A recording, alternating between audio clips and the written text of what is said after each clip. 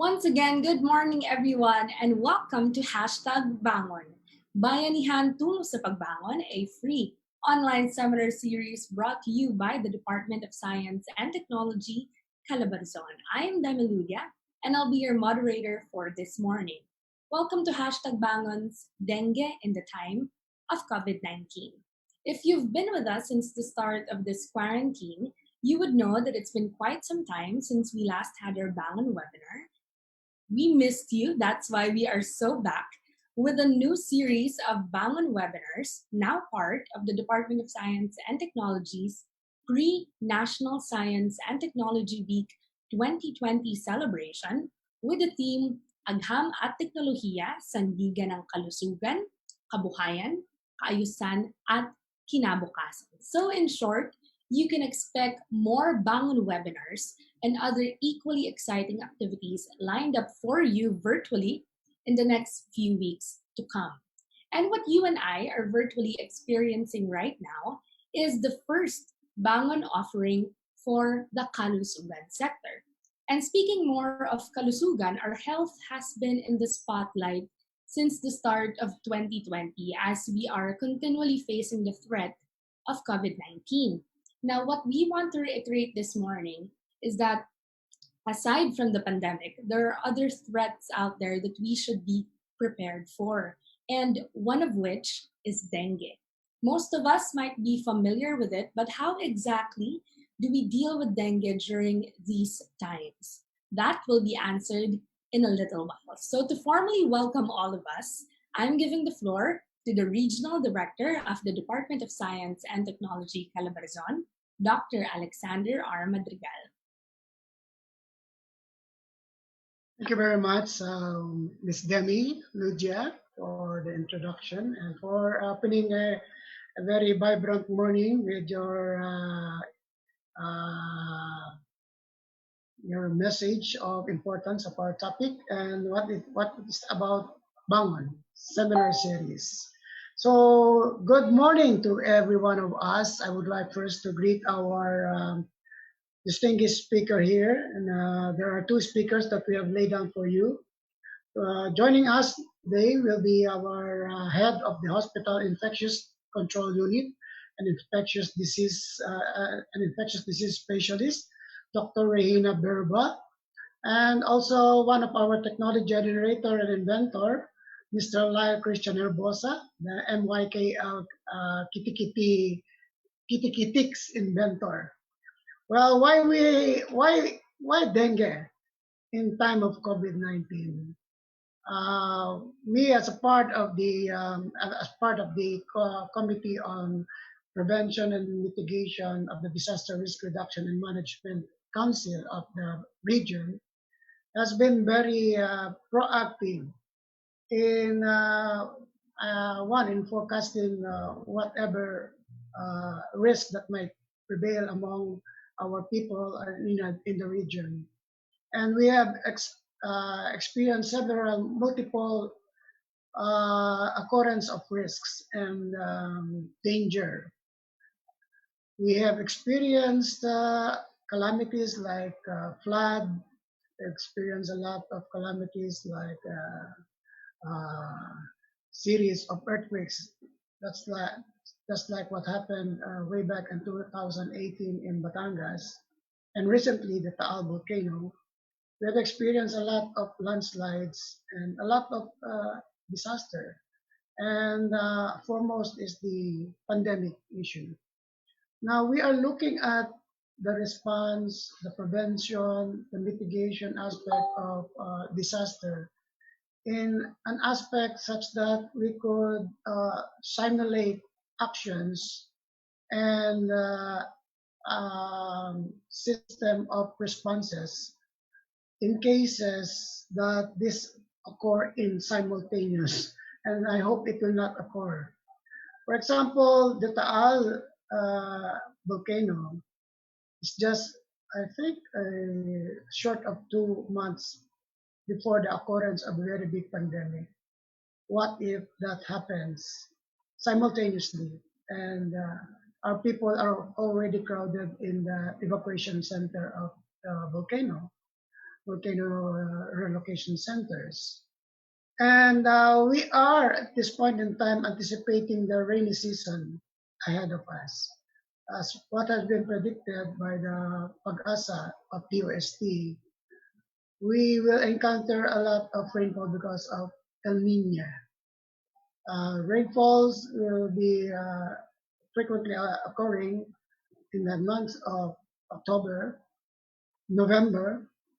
It will slightly be dwindling down in December, but again, come January, there's still a lot of rainfall and that brings to mind the need for us to address dengue. And with the occurrence of COVID simultaneously and restrictions of movement of our frontliners, I believe we should have a very different perspective in addressing in case these two risks occur at the simultaneous, especially in instance, especially in our household. And so this topic is very relevant for us now, especially our partners in the Department of Health, the local government units, our frontliners, and even our mga kababayan in their homes. And whatever recommendations that we could get out of this discussion coming from our resource persons and response speakers, we will translate it into a what we call a publication and a promotional materials and additional information that should be given to our national government agencies and our media. So with that, good morning to each and every one of us. Thank you for joining the first of our series under the Kalusugan theme of our hashtag Bangon. And I hope you will learn a lot from our speaker. And I bid you safe and a very pleasant day to every one of us. Thank you very much.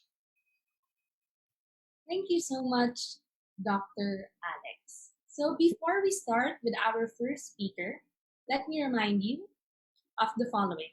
If you're using your laptop, you may maximize your viewing access by clicking the option button at the top portion of your screen and selecting the side-by-side mode. In case of technical difficulties or disconnection, click the link provided or sent to your email address to access the webinar once again. The evaluation link will be flashed on the screen towards the end of the webinar. Any form of audio or video recording is strictly prohibited. For questions, please type them under the Q&A option. Attendees who may have the same question may up the vote by clicking the like button. And for other concerns, please type them under the chat option. Our first guest speaker has dedicated her career to the service of her patients and the practice of infectious diseases. Currently, she is the Associate Professor and the Division Chief of the Adult Medicine Department of the Philippine General Hospital. She is also the Chairman of the Hospital Infection Control Unit of PGH and the Executive Director of UP Prime TB DOTS. She is the Section Head of the Infectious Disease Section and the Director of IREACT TMC HIV/AIDS Clinic at the Medical City. She is a previous recipient of the Outstanding Research Award and has successfully translated her work in research into tangible benefit for the clinical practice of infectious disease in the Philippines, a leading force in the National Antimicrobial Stewardship Program cited by the World Health Organization. To talk about dengue in the time of COVID-19, let us all welcome Dr. Regina Pascua Berba.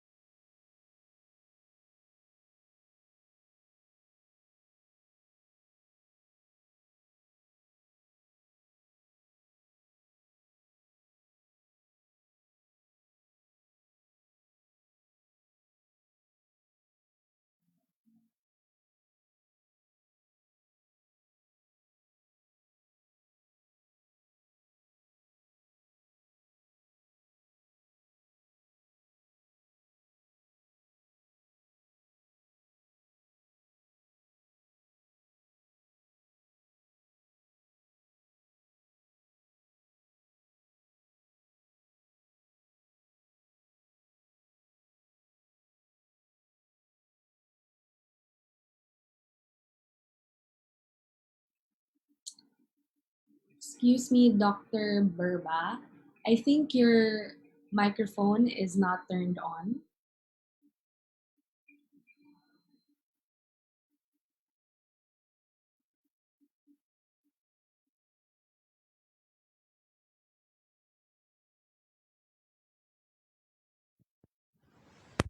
Yan po, naririnig niyo na. Actually, naka-on na po siya eh. Okay na po, ma'am. Okay.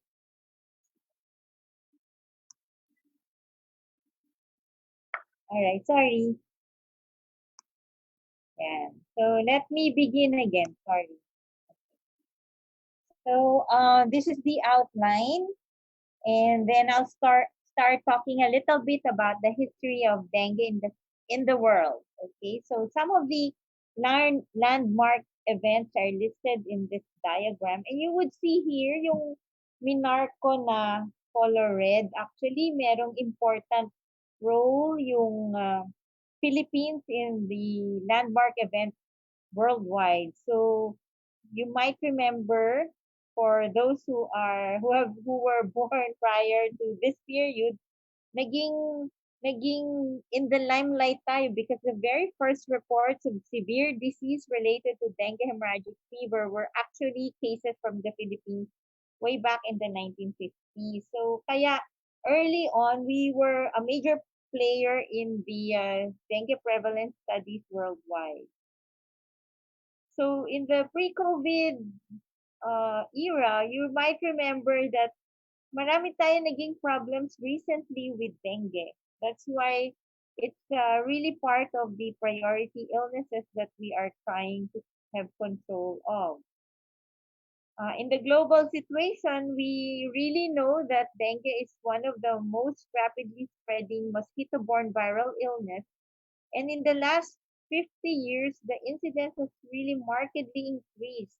So kung noon, konti lang yung countries, now we really have a lot of countries. Almost 100 countries are now really endemic for dengue, even in the period of COVID-19. So we're in that part of the world where dengue burden is innately high. So ito po yung parang merong kasing belt where the Philippines is part of. And in the pre-COVID, we also know that up to 40% of the world's population on an annual basis, year in and year out, are probably at risk for contracting this infectious illness. There seems to be an additional burden in the Philippines. The impact of dengue is that there has been observed over the years that the death or the fatality rates related to dengue are actually significantly higher in the Philippines compared to our neighboring countries. Over the last 2017, 2018, and 2019 data.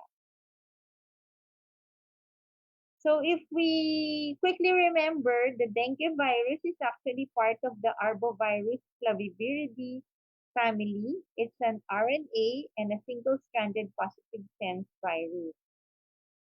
There are 4 antigenically distinct serotypes, so we usually describe our outbreaks either as then 1, 2, 3, or 4.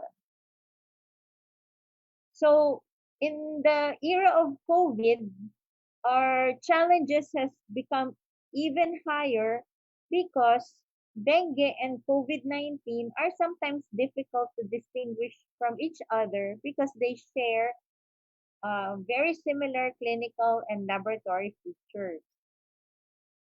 So let's just go back to dengue and the case classification that is currently being observed based on the 2009 WHO guidelines, which make us want to categorize dengue as dengue without warning signs and dengue with warning signs and severe dengue. Therefore, we might have really a very wide spectrum of presentation of dengue illness. As I said, yun nga, pwedeng dengue without warning signs, dengue with warning signs, severe dengue, and actually, we might encounter very infrequently dengue with organ failure. On the other hand, COVID-19 also has its own spectrum of symptoms, no? So from head to the rest of the body, we might start off with headache, cough, sore throat, congestion or runny nose, and the very unique new loss of taste or smell.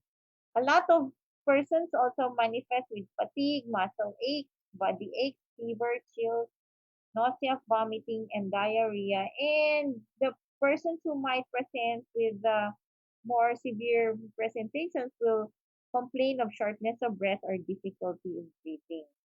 So, ngayon po, I'm sure sanay na tayo mag-go through our head with the symptoms of COVID-19, whether in English or in Filipino. We sort of have memorized them kasi we try to go through them. Meron ba akong lagnat ngayon? Meron ba akong ubo? Meron ba akong pagkatae? Trying to screen ourselves on a daily basis whether we might have already contracted the illness or not. So transmission-wise, dito sobrang magkaiba yung dengue and COVID-19. As we said earlier, dengue is brought about by it's transmitted between persons through the bites of an infected specific mosquitoes. Versus COVID-19 is a respiratory illness that is transmitted person to person by respiratory droplets, mainly by respiratory droplets. But that's where it ends, no? Kasi parang the rest of the characteristics of dengue and COVID are sort of similar already. The incubation period sort of overlaps, so the dengue ranges between 3 to 10 days and typically 5 to 7 days from the bite of the mosquito.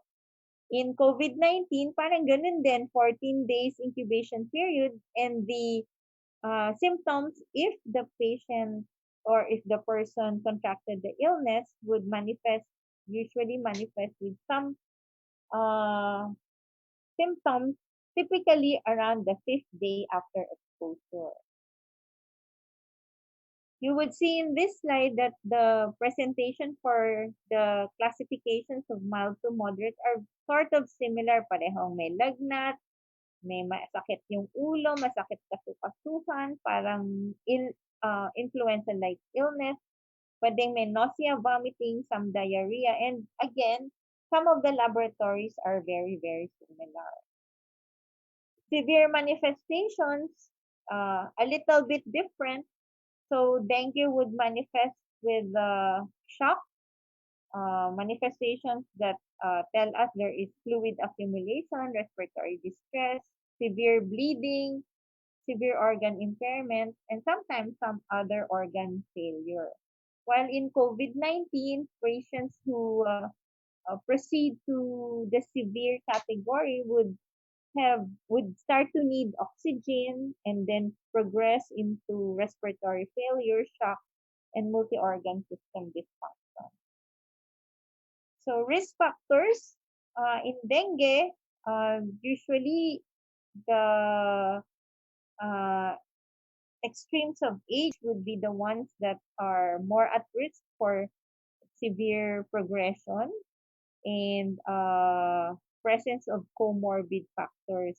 Very similar sa COVID-19. Pag mas matanda, usually more than 65 years old yung PEG, or sometimes we say more than 60 years old, and the presence of chronic comorbid illnesses, particularly hypertension, chronic respiratory diseases, chronic kidney diseases, and presence living in a nursing facility or long-term facility would have been identified to be risk factors for progression to severe illness. Having said all of those, so parang yun nga, mataas na nga yung burden ng dengue sa ating country, and then now we're having to face the challenge of having to discern right off when the patient comes to us, dengue ba siya or COVID pa siya? So, very early, there was a lot of of news that came out that perhaps during this period, dengue outbreaks will be more likely in the era of COVID-19. Okay, so and some of the literature that came out already here in Asia are telling us that the this this particular review article seems to tell us na talagang parang 1 plus 1 is not necessarily just equivalent to 2, that the presence of COVID-19 and dengue will lead to more than double punches for countries that are highly endemic like the Philippines. So in this review article, it said nga, as we said kanina, that many of the manifestations and the pathophysiology, what happens within the human body when the dengue virus or the COVID virus enters the human host, very similar yung pathophysiology. So that sometimes the manifestations might mimic each other. Okay, so very, very sick patients might have plasma leakage, which are common for both dengue, very severe dengue and severe COVID-19 in the critical phases. Uh, Laboratory findings such as thrombocytopenia might be common, and other laboratory findings and clinical manifestations that tell us that there's a problem with coagulopathy.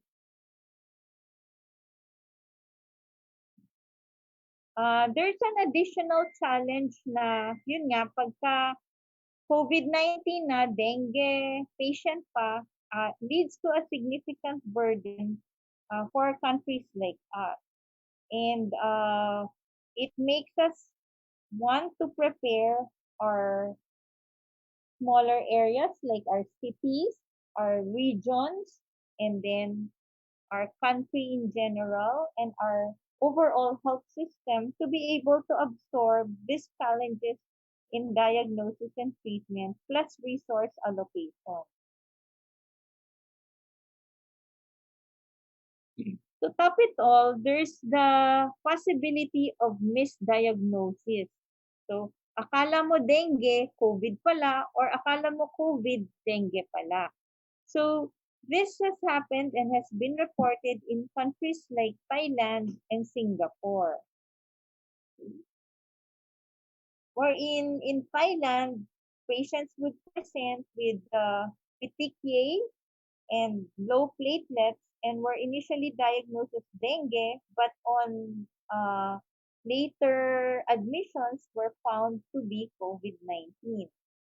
Similarly, in Singapore, they gave two specific case reports, and I'll describe them here, which actually led to a lot of warning news across the region. So this is the case report that was submitted by Dr. Gabriel Yan from Singapore, telling us na what looks like dengue may actually be a false positive dengue and might actually be an actual COVID-19. So they described a 57-year-old Singaporean male who presented with fever and cough, and a platelet was starting to go down. So the initial dengue tests were positive, dengue IgM and IgG.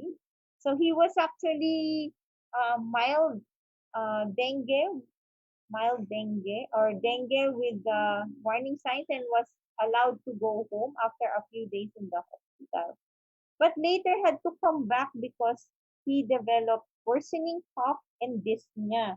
And this time was tested for the SARS-CoV by nasopharyngeal swab RT-PCR, which turned out to be positive. So the initial diagnosis of dengue was ruled out and was deemed a false positive test.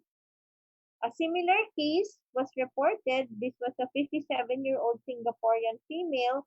The presentation is fever, myalgia, cough for 4 days, and diarrhea with a low platelet count. mga circa February to, so hindi pa tayo sanay sa COVID at that time, 'di ba?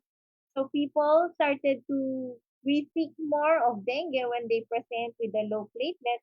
So perhaps this is how the doctor assess this patient. Low platelets with fever, myalgia sounds like dengue, and was actually admitted as dengue fever. Later on, the patient started to develop shortness of breath during admission, which led to the doing the test for COVID, which turned out to be positive. So they repeated some of the tests, which later on turned out to be negative. So, yun nga, yung dating dengue on further follow-up was confirmed to be instead a COVID-19 case.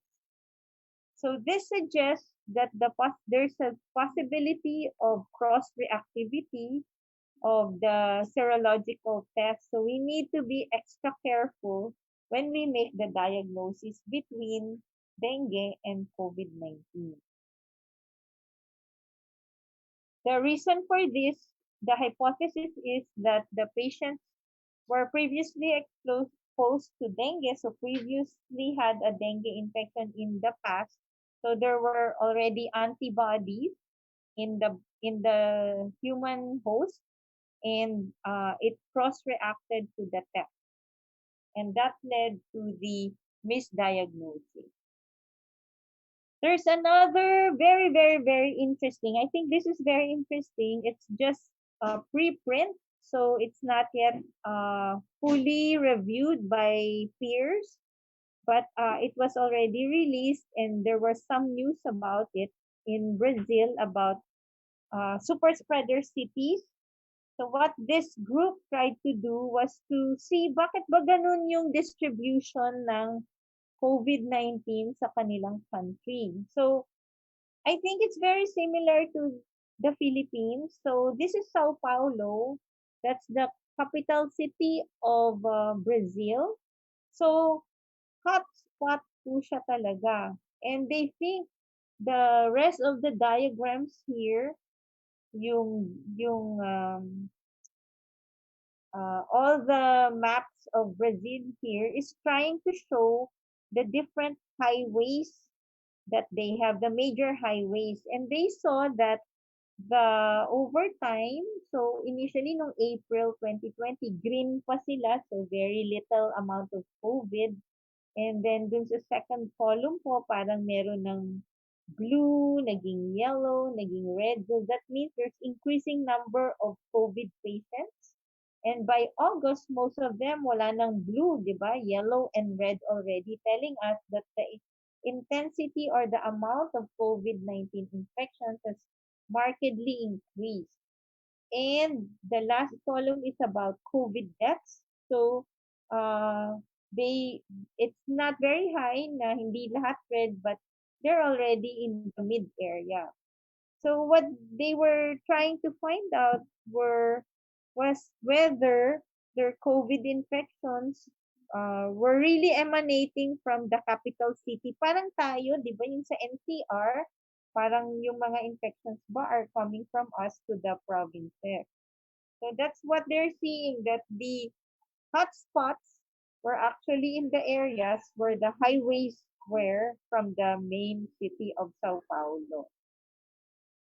Interestingly though, what they tried to see also was to correlate it with dengue infection. Kasi Brazil is one of those, we sort of belong to the same part, yung sa belt ng dengue sa globe.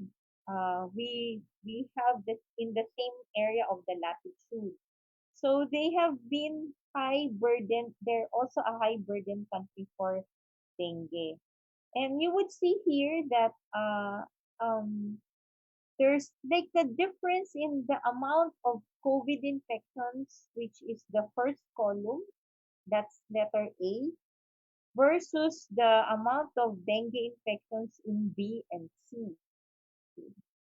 Here, they further tried to look at how it has been in the last several weeks.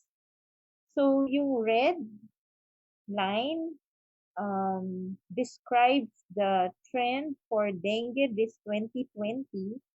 The yellow line, on the other hand, describes the trend for COVID-19. And they were saying na, ba't ganon? Parang nung nag-start mag-increase yung COVID-19, parang hindi dumami yung dengue infections as they were anticipating it would. They further looked at the experience of other countries, which seems to show that there's actually an inverse relationship na habang dumadami yung COVID, parang kumukonti yung dengue infection. And that made them very, very excited to release the results early. So let's wait for the final paper as it is published. So they were saying that it's a very unexpected finding that there's actually an inverse correlation between the occurrence of COVID, yun nga habang dumadami, ay parang kumukonte yung amount of dengue infection they have. And that's very important because in Brazil, they have millions and millions of dengue cases, and they think the patients who were infected before, noong 2019 to early 2020, probably do have some protection and made them not be as much at risk for COVID-19 versus other vulnerable populations. So parang very, very exciting. And this same trend was apparently seen in other regions as well. So it will be very interesting whether we will see ano ba nangyari sa COVID dito sa Pilipinas, sa dengue dito sa Pilipinas during this COVID. What do you think? What happened to our dengue cases? They were actually trying to further say na baka naman yung kaya ang bilis na control ng places like Vietnam, Thailand, and even the whole continent of Africa, the reason that their COVID-19 incidence rates are low is baka kasi they're heavily burdened. They were heavily burdened with dengue in the last years, and that might be giving them some amount of protection against COVID-19. It's a really far out kind of hypothesis, but it's very interesting and encouraging for us.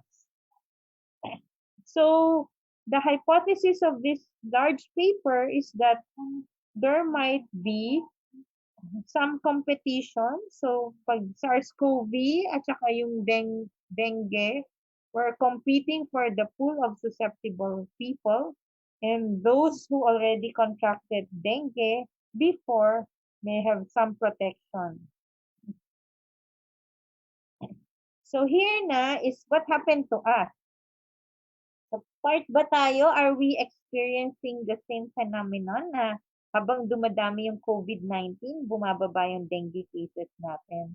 And here, according to this website, our dengue cases are down by as much as 46% this year. So yung January to May of last year, the cumulative number of cases were reported to be 92,880. Tapos this year, the same period, ay 46% lower, 50,000 plus. So that's very, very, very, very interesting for me. And let's watch out for how it progresses over time.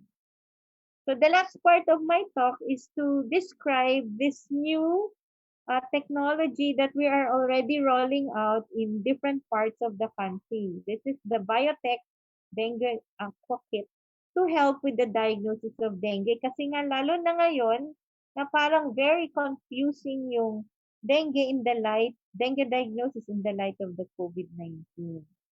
So we know that in dengue, it's very important to diagnose early, that we be very alert with warning signs so we can reduce complications, and it helps to diagnose our countrymen so that we have better outcomes in the future. This is the actually the moving objective of the entire project, no, to really find a way so that our diagnosis is affordable, it's practical in the field, it's easy to use as a rapid test, and it will really lead to better outcomes. So this is the new biotech M Dengue kit. This was made by the group of Dr. Destura in the UP Manila NIH. So this is what we followed.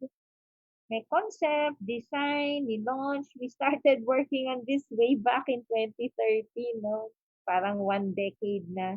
We did some preclinical studies and then we did the clinical study and now we're already rolling it out and we're still collecting information whether it's good or it's going to be helpful for our Filipino countrymen.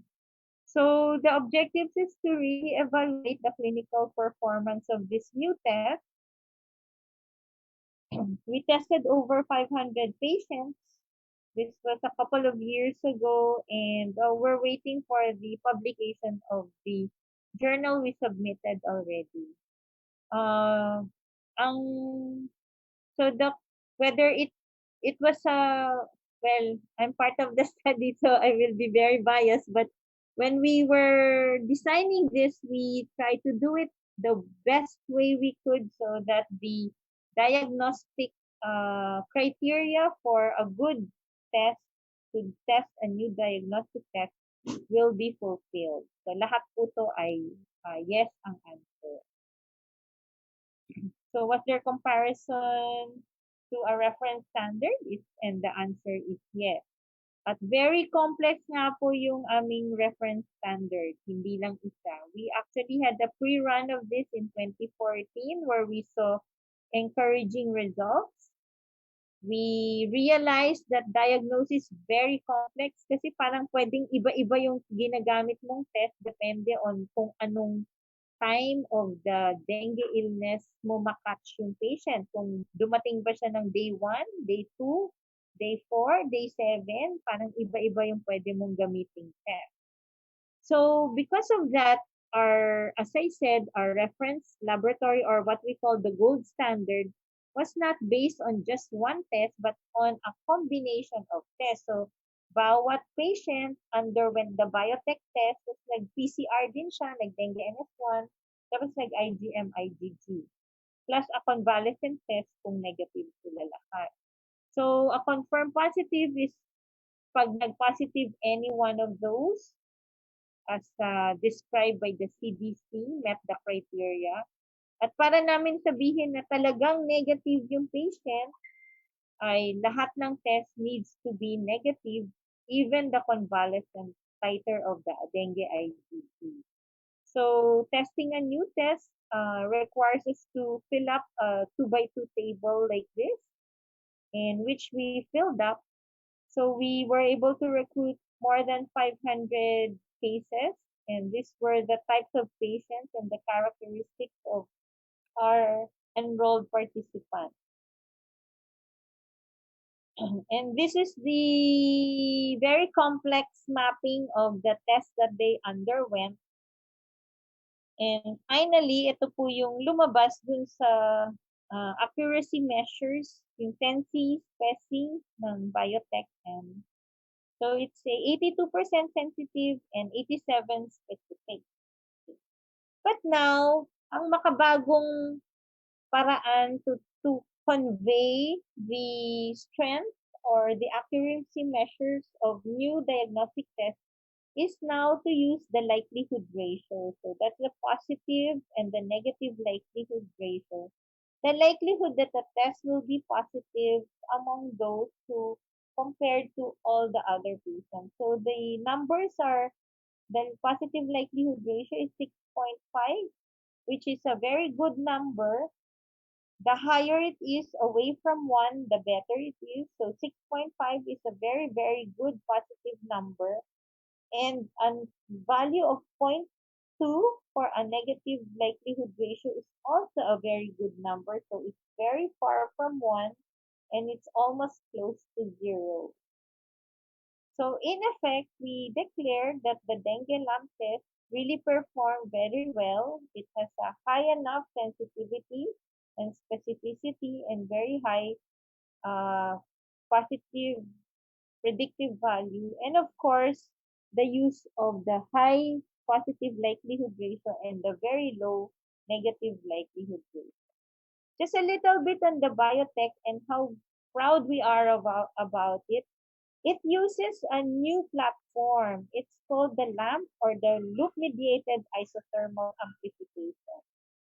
So, ito po yung parang mahabang procedure sa laboratory. But what's important is for us to tell you that this could already be done in the field, as I know you're trying out also in Region 4. And we're already doing the field testing and rolling it out. We've presented it in different fora here and abroad, and it has received, it's a reliable test. The likelihood ratios are very good. It's a rapid test. It's easy to set up, and it promises to be a really good test in the future. This is the other data that we've been accumulating over time, comparing when is the best time to use it. But actually, it's good to use anytime during the illness. Yun yung parang kagandahan niya. Hindi katulad ng NS1, better to use it early versus antibody test, better to use it late. The LAMP, we've been able to show that kahit anong time dun sa 7 days, it's good to use. It's won a lot of awards. And Dr. Destura, as the main proponent of this, parang siya yung inventor, has also received a lot of awards in recognition for the very good product that this is. Okay? So, all of this. Yeah. So, compared to dengue NS1, it as in our study, it performed very well. The numbers seem lower than the RT-PCR pero comparable kasi mahirap talaga gawin yung RT-PCR, especially in the field. So in terms of cost, the dengue aqua kit, biotech dengue aqua kit promises to be something that might really help our countrymen now and in the future. So next time you order a dengue test, really think about all of these things that will fulfill the criteria of an ideal test, which we think the biotech test has fulfilled. And we're very proud of it kasi it's really proudly Pinoy. It's very handy. Tapos in the future, marami pa siyang portfolio that may emanate from a similar LAMP platform. And of course, hindi lang siya proudly Pinoy, proudly UP rin. So thank you very much for your attention. #Bangon. Ingat po tayong lahat. Thank you. Thank you so much, Dr. Burba. So now that we've known more about dengue and its correlation or possible relation with COVID, and we were introduced to a Filipino invention, we'll also now jump to another proudly Pinoy invention. Our second guest speaker for today is a living testament that Filipino inventors have noteworthy, unique, and relevant inventions. The MYKL Kitikitiks project is the first to have successfully availed of DOST TAPI's iTech lending program in partnership with Land Bank of the Philippines. Apart from the iTech lending program, the project was also a recipient of DOST TAPI's Invention-Based Enterprise Development or IBED-2 program. Friends, join me in welcoming the inventor himself, Mr. Lyle Christian R. Herbosa of the MYKL Kitikitiks. Cool. Hello. Hello. Yes, sir. Good morning, sir. Good morning. Thank you, Miss Demi Ludia, for the introduction, and Dr. Regina Berba for the information and updates on dengue situation. And good morning to those watching. I am very honored to have been given the opportunity to talk about invention Kitikiti X. I have been trying to reduce dengue since 2007. As you already know, mosquitoes are the deadliest animal on earth and has already costed millions of deaths worldwide. There's definitely the technology to heal patients that have dengue, but to defeat the problem, you need to get rid of core of dengue, which is the vector, the mosquitoes. My product is able to address this concern. It stops the spread of dengue virus by suffocating the larvae. An analogy on how it works is that of pulburon. If you have enough in a human throat, they will not be able to get enough air to breathe and eventually die. This same process is seen in my product once added to stagnant water.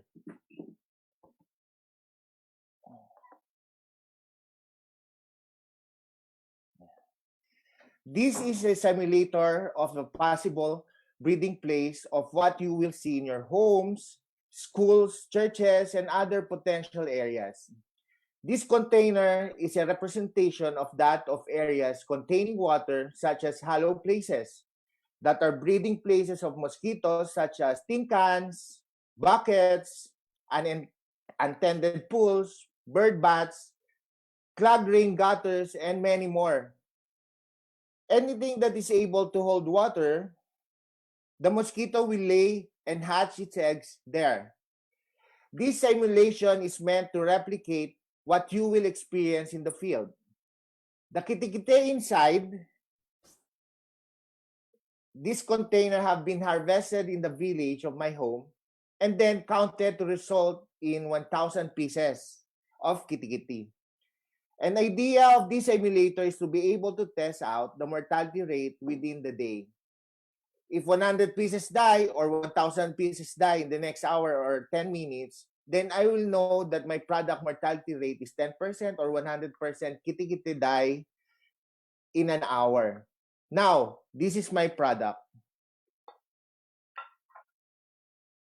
This is a powder form and is composed of, say, feed-grade ingredients. It will then apply to the container like so, just as you would in the field. Like I have mentioned before, this product will kill all emerging mosquitoes, larvae. Therefore, you will have to apply this to all possible breeding places for the product to be effective.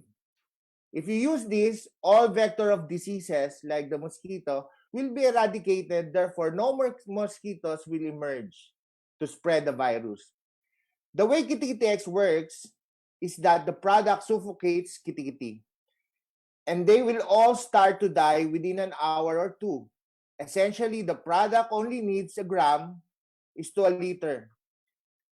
This will already ensure that the kitikite will die, but the mortality rate and time of mortality will increase based on how much of product you will add and will be effective for 11 months or more. This program was subjected to different types of evaluation, such as the entomology department of RITM, DOH Central Office, the program Dengue Prevention Control Program, and then was tested in program Dengue Program Davao Region. And from these evaluations came assessments and results that have to be remarkable. A conclusion with a high efficacy and gave a high potential of eradicating the dengue virus could be nationwide.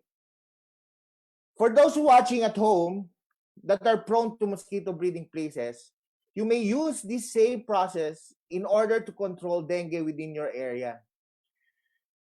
The benefits of my product is that no special equipment and higher knowledge is needed to use and apply. The only level of knowledge you need is that of identifying the stagnant water, or any moist places within your area. You simply grab a handful of the product and then apply it into the area.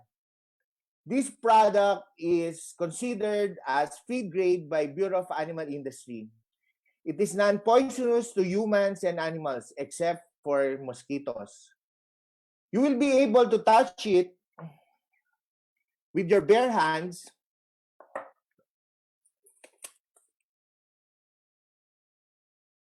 without any problem. As you can see, I'm able to touch it and apply it to my skin. And I have no problem as well if I accidentally eat it. There is no effect of this product on animals. The side effect is that when it was tested on chickens in UPLB Animal Science by Dr. Clarita Dagaas, and the results came back to an increasing size of the chicken eggs. Other than that, if this product has been accidentally eaten by small animals or birds like chickens, it doesn't have any effect on free-range animals. So if you have any question or clarification, please feel free to ask. Thank you.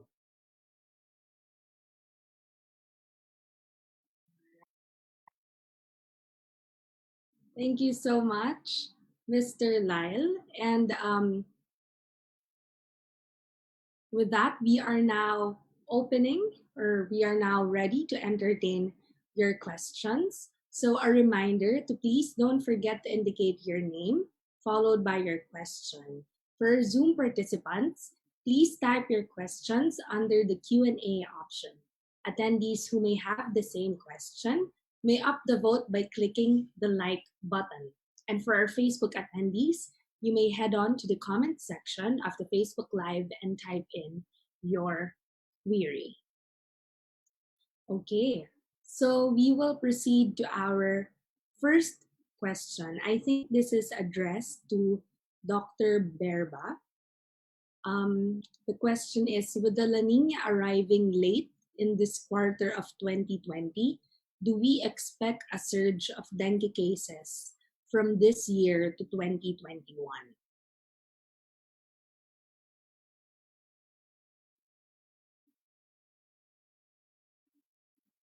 Dr. Verba?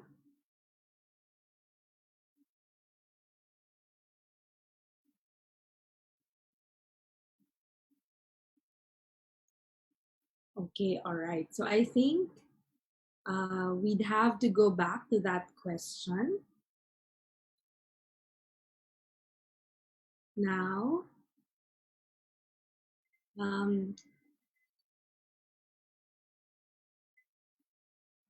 for Sir Lyle, may we ask if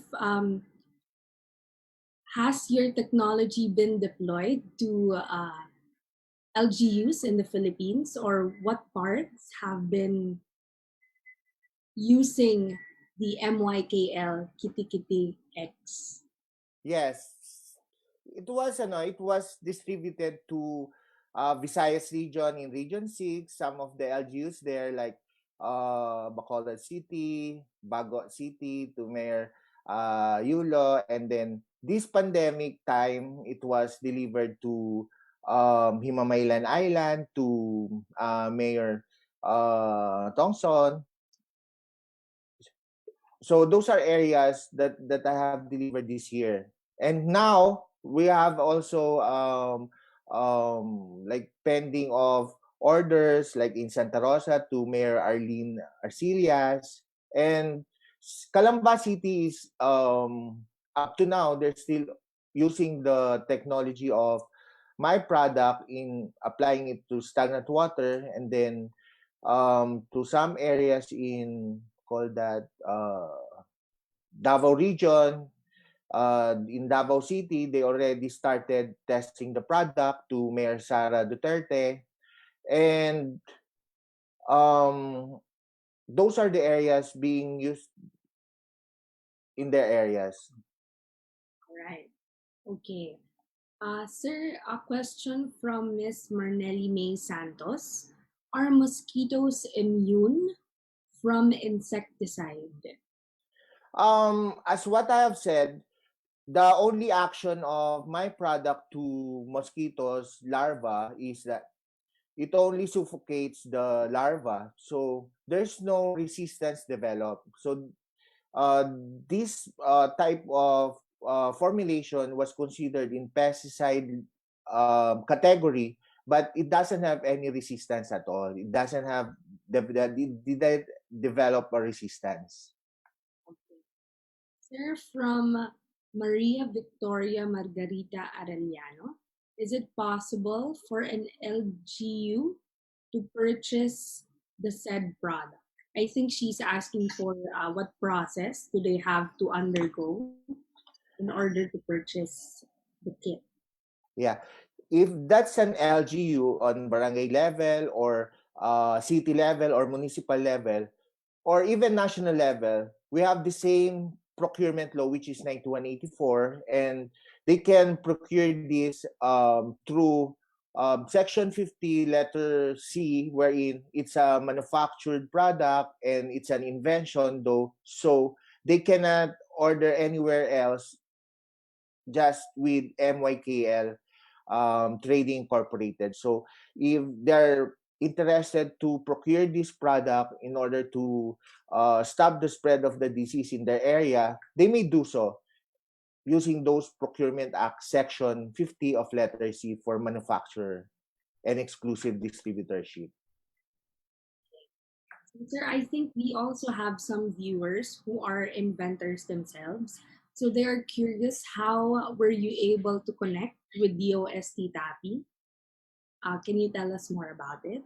The program that I acquire, Yes, are sir. they, yeah, for the program that I have acquired for financial aspect, I started with the company since 2000. So when I learned about the program that they have offered last year, I immediately check on the requirements and I follow and complied with those requirements. And those requirements, I have passed that requirements using starting with regional inventor contest and exhibit, and then I was awarded as the most outstanding utility model as winner last 2015. So from there, I started to ask how can I avail those inventors guarantee fund, and from there we started on a smaller amount of financial support from DOST TAPI, and I'm very thankful for that particular program because it helps me to distribute my product readily because of those financial support coming from the DOST TAPI. So if you will notice, I've been able to supply my product to those LGUs who have dengue cases in their area as far as Mindanao area. So before, I was able to just supply those product nearly here from our area from Calamba. So it those are limited. So from those activities and orders, the OSC Tupper were able to check, or the land bank also, the as on the business side as partners of the OSC TAPI, they were able to give us a go signal um to avail of the that I complied with the financial support of the DOST TAPI. Right.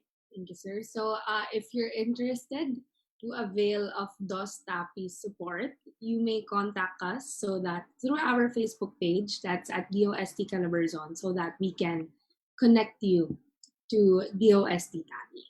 All right, Sir Lyle, another question is, how much po yung insecticide and how can we get in touch with Sir Lyle? Yeah. It will cost you only 55.4 centavos per gram of this product for a liter. Yeah. Okay. So, sir, how can they get in touch with you? Yeah. You can contact me on my Facebook account, MYKL Kitty Kitty X, Messenger and Facebook. And also, my telephone number is 0917-806-4027. So, we could cater up to far as Mindanao area, Visayas area, and also Luzon. All over nationwide, we can supply also anywhere. Right. Okay, so thank you so much, Sir Lyle. So indicated in the comment section is the contact number of Sir Lyle, and you may also reach him through the MYKL Kitty Kitty X Facebook page.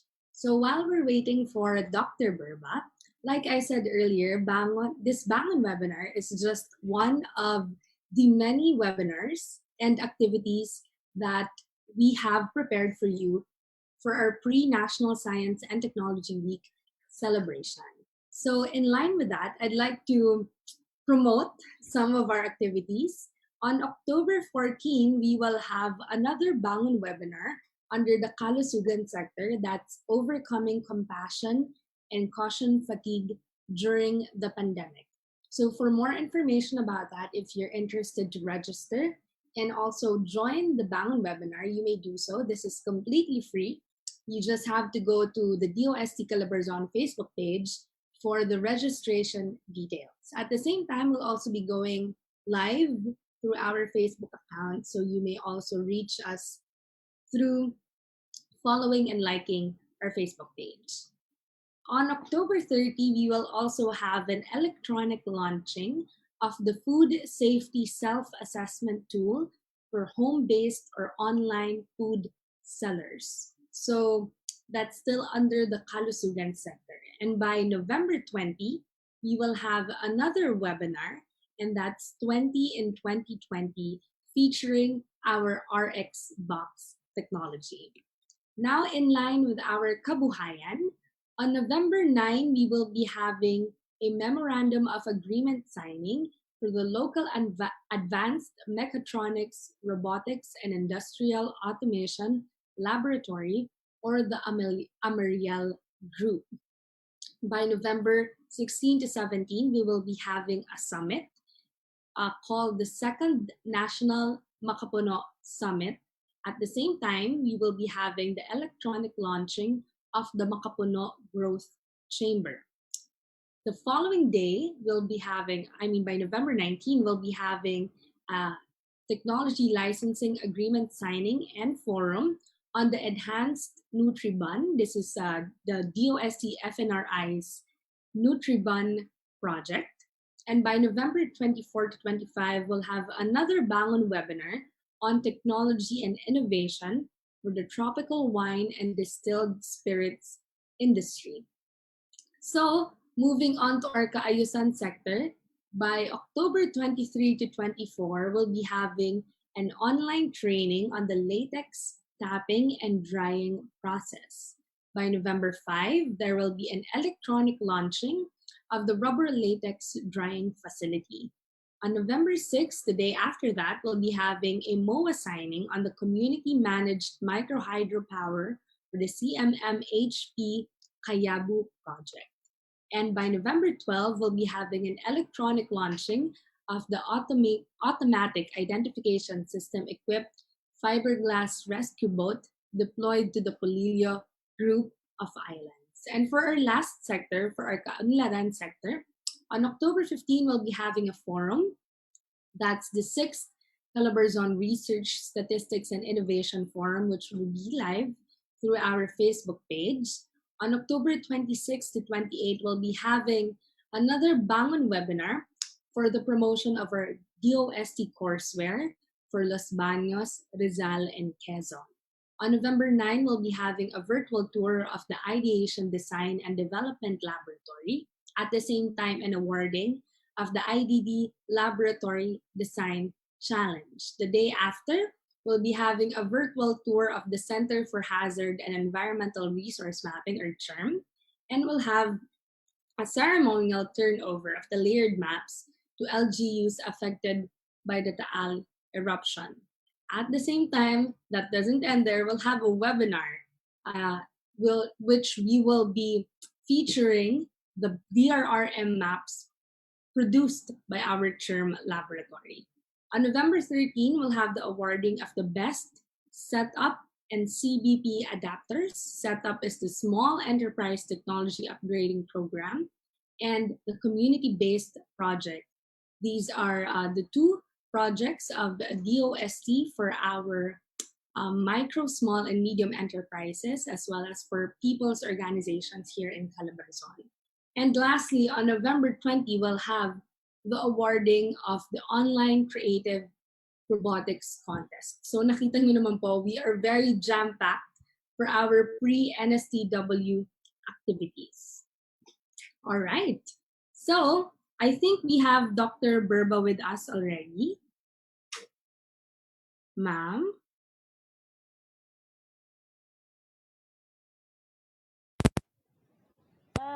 Na-disconnect ako. But yeah. Back po. So, ma'am, we have a few questions addressed to you po.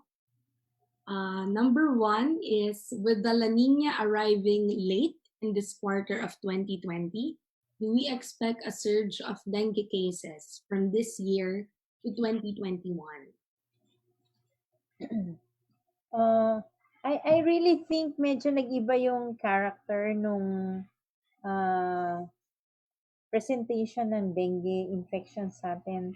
I think in general, what the COVID has tried to convert us to very, naging mas, kumbaga, quote and quote, masinop tayo. Environmentally, the surroundings are cleaner. People are not moving very much. So, I'm not sure. Very encouraging po talaga yung the fact that our numbers from January to June has really been very low.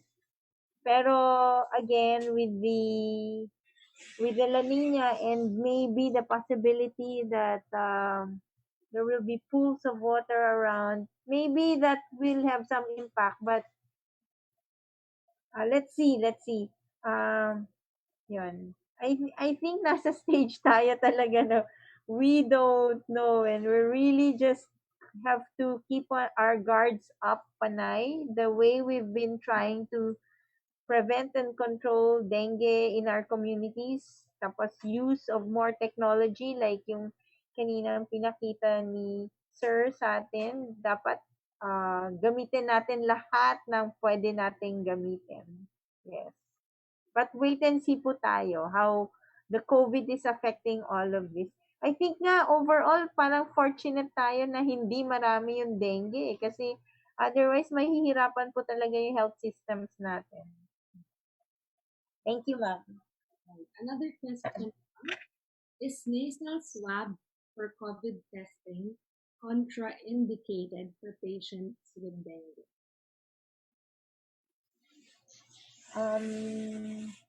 I don't, overall, talagang uncomfortable po yung nasal swab. We never really wrote down in our protocols na not to do the nasopharyngeal swab. But now kasi rin, there's been like a recent study that was already completed, and actually there was some announcements about its positive results, yung, for example, saliva. So, I would say, personally, kung kunyari ako yung physician and I know that this is a dengue patient, but I'm considering the possibility of COVID and the platelet counts are low, as in less than 100, I really will not do the nasopharyngeal swab today. I will wait for that to improve, and we'll probably do the COVID test in a different way. Yun nga, there has been some movement towards using not so invasive samples like the saliva. So that's a very good indication for the use of that kind of test. All right. Ma'am, another question is, where can patients go if they have dengue symptoms when they are afraid of going to the hospital for consultation because of COVID? Ano yung sasabihin natin sa kanila? Ah, well, I think we need to also convince and assure our patients that all our hospitals are also trying to make sure that their workplaces are safe and their hospitals are safe. Lahat po ng protocols are towards keeping everybody safe. So, hindi lang yung patients kasi kailangan din yung staff ay safe, 'di ba? So, this anxieties and fears are already currently being addressed by hospitals. So, yung systems, yung traffic flow, yung patient room assignments, yung very different isolation facilities, including ventilation, uh, lahat po yun ay kinoconsider na ng lahat ng hospital system. So, if you think you may have dengue, you're presenting with fever. Actually, pagka may fever po kayo, differential diagnosis yan sa COVID. And in the in the era of the pandemic, it will always be a differential diagnosis. So, you will undergo that. And then, kung possible yung differential diagnosis of dengue, then that will be considered. So I think para lang klaro, if you are sick, do not fear going to the hospital. The hospitals are safe po. It's better to go to the hospital if you think you need to go to the hospital rather than stay at home and have your illness progress po. Dapat pumunta sa ospital. Thank you, Doc. Now we have a question for Sir Lyle. Sir, from Concepcion Lat. Sir, how long will be the effectivity of the Kitty X in the water so that we Ah, will know how often are we going to put the product? yes. It was tested and evaluated up to 11 months. So it's effective once you put the product in the water, or serve as breeding place of mosquito. It can last up to 11 months. Actually, when we parallel test it to the simulation experiment, like what I did right now, it can last up to 23 months. So 11 months to 23 months as so effective on that particular range of effectivity. Okay. All right. Thank you so much, Sir Lyle and Dr. Berba. Now that ends our Q&A session. Thank you so much to our dear guests for sharing your knowledge and your time. So to formally close this webinar, let us all welcome the Assistant Regional Director for Technical Operations of the Department of Science and Technology, Calabarzon, Ma'am Emelita P. Bagsik.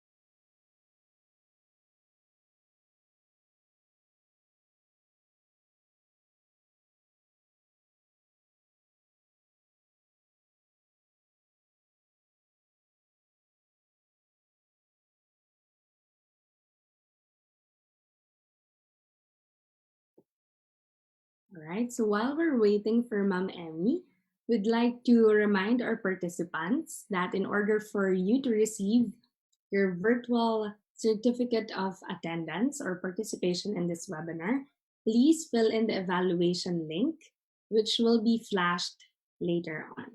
At the same time, please answer the evaluation form so that we'll know how we can better improve our Bangon webinars for you. Right? Do we have Ma'am Emmy? Apo. Magandang tanghali po sa ating lahat. Sorry for coming in late. Actually, nakasabay-sabay po kasi yung aking activity for today. But to formally close this event of ours, let me thank po yung atin pong mga speakers for today. Maraming salamat po for taking time to be with us and share your expertise para po sa ating webinar na ito for today. I would also like to thank yun pong ating mga organizing team headed by our Mr. Noel Emmanuel Banyes. Salamat sa inyo and the group of RX Box for organizing this activity, to our PARCO units and all the DOST staff, regional and provincial offices who participated and really promoted po nitong ating series, one of the series po ng ating Bangon series for pre-event celebration ng ating National Science and Technology Week. So again, to our speakers, to our participants, maraming salamat po sa inyo for being with us, and we hope and pray na lagi po tayong mailalayo with our dengue cases and our COVID cases ay for us to really be protected, and we hope na all the things that we learn from here ay ma-apply din po natin sa ating everyday activities sa ating buhay. So with that, maraming salamat po and magandang umaga, magandang tanghali po sa ating lahat. Thank you so much, Ma'am Ellie. So once again, thank you for joining us this Monday morning.